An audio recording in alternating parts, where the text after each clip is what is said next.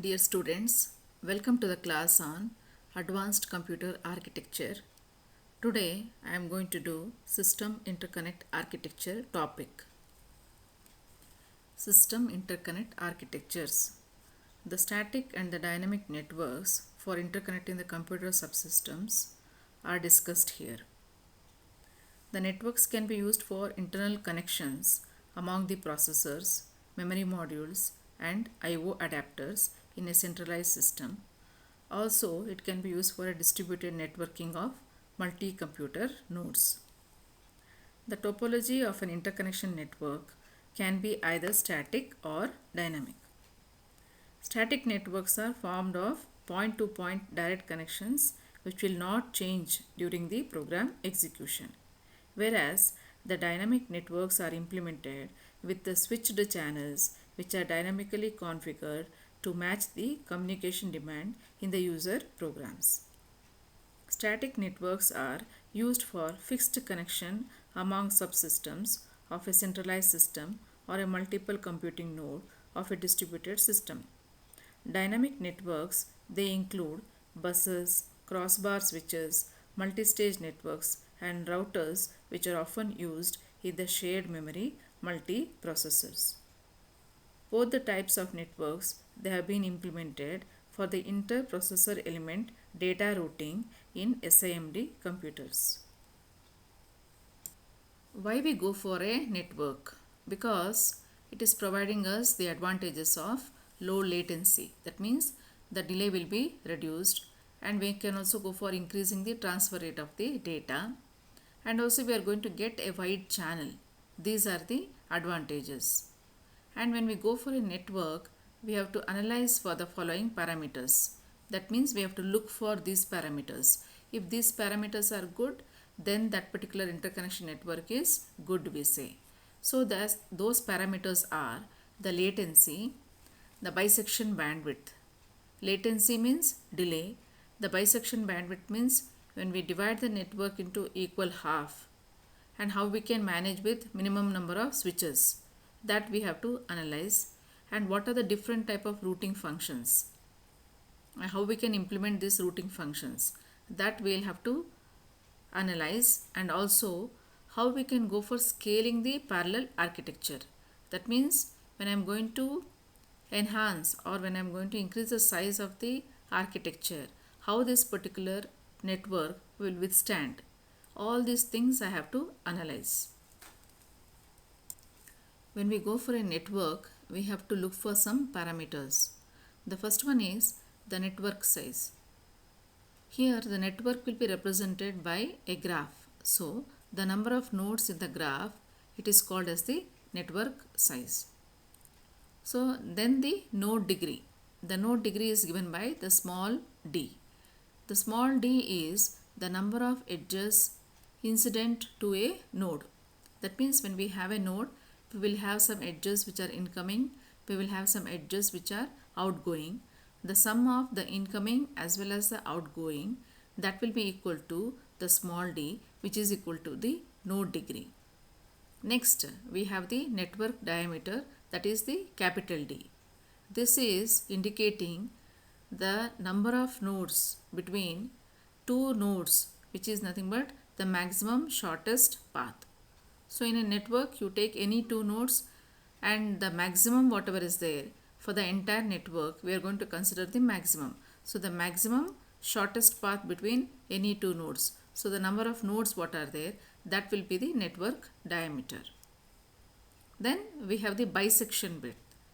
The channel bisection width means we have the number of edges along the cut where we are going to make the network into two equal half, and then each channel here it will be having W bit wires. So the wire bisection width, it can be calculated by making use of B will be equal to B into W, where capital B is the wiring density of the network. So when we look at this capital B, that means the wiring density, how many wires are required for establishing the connection between these two equal halves. So it will give us an indication how big this bandwidth can be along the bisection of the network. So these are the some of the network parameters. A data routing network, it is used for inter-processing element data exchange. So we can make use of some common data routing functions among the processing elements such as the shifting, rotation, permutation, broadcast, multicast, shuffling, exchanging, etc. These routing functions, they can be implemented on a ring network, on a mesh network, on a hypercube or a multistage network. In the intercommunication network taxonomy, here we'll be having the classification of the static and the dynamic. The static are having a fixed links, whereas the dynamic is having the links are changing according to the requirement. So in the static we are having one dimension, two dimension, or it can be a hypercube network, whereas in the dynamic we will be having bus based, single bus or a multiple bus network, and switch based. It can be a single switch or it can be a multiple switch or it can be also a crossbar switch. For n number of objects, we can have n factorial permutations by which we can order this n objects. So the permutation connections what we are going to have, they are going to exchange the information between one set of input nodes with another set of output nodes. And the connections between them, they are going to establish by making use of various permutations possible. So when the various networks are connected by using multiple paths from the source and the destination, this can be possible by many ways. So to find out which is the best possible route in such network, we are going to study the permutation concept, which will be very helpful. So let us look at one permutation. Suppose we are having a network which is having a set of n input nodes and n output nodes, where n is equal to 5 here. So the permutation for this network of 5 nodes, it can be written as follows. So here we are having the total permutations what are possible. There are n factorial. Out of this n factorial, one possibility is where we are having 1 is connected to 5, 2 is connected to 4, 3 is connected to 1, 4 is connected to 3 and 5 is connected to 2. So the pictorial representation is shown over here, where we have the connections from 1 to 5, 2 to 4, etc. So this is not the only way how we can connect in a permutation. Another possibility, it will be somewhat like this, where we have P is equal to 1 is connected to 2, 2 is connected to 3, 3 is connected to 5, 4 to 1 and 5 to 4. Like this we can have different type of permutations. Perfect shuffle. It is one special permutation function which was suggested by Harold Stone in the year 1971 for parallel processing applications. We can see how it is going to work here. Suppose I am having a k-bit binary number starting from A up till k, that is A, B, C, D up till k. So this will be shuffled where the B will move to the left and C will come to B's position, and what will happen to this A what is there on the leftmost bit, so that bit it will be wrapped around to the least significant bit. So this is called as a shuffling. So the inverse perfect shuffling what is there, it is the opposite of this particular perfect shuffling. So this is called as the perfect shuffle. Suppose I am having n is equal to 8. So then we can go for having 23 nodes with this particular combination of shuffling. So the connections, how it will be established. Suppose I am having n is equal to 8. So the node numbers will be from 0 to 7. So if the source 0, 0, 0 is there, the 0, 0, 0 will be connected to 0, 0, 0. And of course at the last one also 1, 1, 1 will be connected to 111, because if you move it left or right, these particular bits, they don't make any distinction. But when we come for the 001, here what is happening? Here we have the 0, the second 0, it is moving to the left, and the 0 which was on the MSB, that will move to the LSB. So this is called as a perfect shuffle. This is happening for all other bit representations other than the 0 and the last number, that will be the maximum number, because it will not make any difference. So for 000 and for 111, it will be the same thing, but for all the intermediate ones, we are going to change this. So this is called as a shuffle because we are going to shuffle the cards. It is similar to shuffling the cards. So suppose we are having 8 cards. First we are going to make half of it. That means 4 on one side, the other 4 on the other side. Then each of these we are going to put in alternate position. That is called as perfect shuffling. So you can see the representation here, before the shuffling how it was and after the shuffling how it is. So we have the 000, it is connected to 000 only. But 001, this 0 when we move to the left hand side and 1 is coming to this side, the value what we'll be having here is 010. So for example, if I take this 110, the middle one, when I move it to the left, now it will become 101. So this is connected to 101 on the output side. So this is how a perfect shuffle is going to work. So the next one, it is this shuffle exchange. This particular method, it is used for again network connection, where we have combination of shuffle as well as exchange. What we are going to do here is, suppose I am having a set like S of n minus 1, S of n minus 2 up till S of 0. It is a binary representation of the node address. Then the shuffle function, it will shuffle first. That means S of n minus 1, S of n minus 2 up till S naught what was there. Now it will become S of n minus 2, S of n minus 3 up till S naught. The S n minus 1 what was there on the MSB, now it will come to the LSB. So in the hypercube routing functions, we will be making use of this shuffle and exchanges. The exchange function, it is a simple bijunction function where we'll be having the last bit what is there, the rightmost bit what is there. Based on that, if there is a one change in the rightmost bit, between them the exchange is going to happen. That means the data is going to be exchanged. So we have here a combination of shuffle as well as the exchange. Shuffle, like previously what I told, the bits will be moved either to the left or to the right, and of course the bit which is on the extreme, they'll be added to the other side. Whereas you can see in the exchange over here, whichever information is having its least significant bit changed. That means if I'm having here 000 and I'm having here 001, so the last bit is different. So these two are having an interchange of information, exchange of information. Similarly, when we go for 2 and 3, 2 is having its information as 010, whereas 3 is equal to 011. So the last bit only is different. So these two will be having exchange of information.